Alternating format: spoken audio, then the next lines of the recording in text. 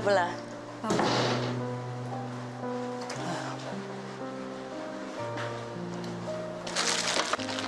Lola, ano pong hinahanap niyo? Hinahanap ko lang itong mga dala kong kandila galing sa probinsya. Ay, umaga naman po Saka may kuryente rin.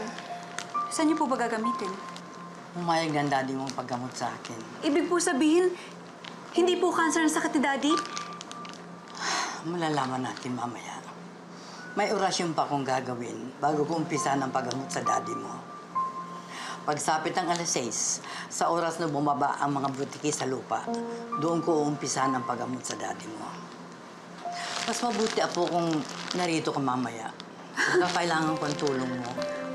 Sige po, Lola. Alis lang po kami ngayong umaga ni Gerald. Sasamahan niya po ako maghanap ng trabaho. Pero uwi po ako agad. Sige, asahan ko yan na po, ha? Po, Lola. Sige. Ligo lang po ako. Sige. Sige, apo. Mag-iikot kami ngayon ni Gerald. Samahan niya ako maghanap ng trabaho. Ayun naman pala eh. E di mas inspired ka ngayon kasi kasama mo na ang kahal mo. Nahihiya nga ako Kasi napilitan pa siyang mag-leave para sa akin. Bes, basta focus ka lang ha. Alasin mo muna ang mga bad vibes. Kailangan ko talaga mag-focus ngayon para hindi ako pumalpak sa interview. Kailangan ko na talaga magkaroon ng trabaho para makatulong na ako sa pamilya ko. Sige na, Bes. Nandito na ako kay Gerald Okay. Good luck, Bes. Okay, bye.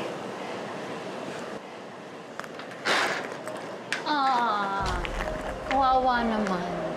Naghahanap ng trabaho ang dating prinsesa. Huwag mo akong simulan ngayon, Lucy. Bakit? Bakit? Natatakot ka na ba sa akin ngayon? Kahit kailan, hindi ako matatakot sa'yo. Alam mo, maghintay ka lang. May magpapatahimik rin sa'yo. Oo. Kailangan na ba akong manginig sa takot sa mga sinabi mo? Alam mo, mas mabuti pa. Total, naghanap ka na rin naman ng trabaho. Dito ka na lang magtrabaho.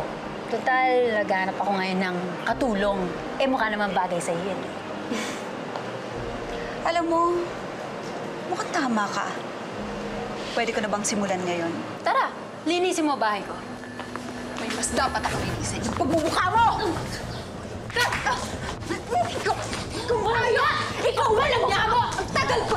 Puro-puro na ako sa'yo! Puro-puro na!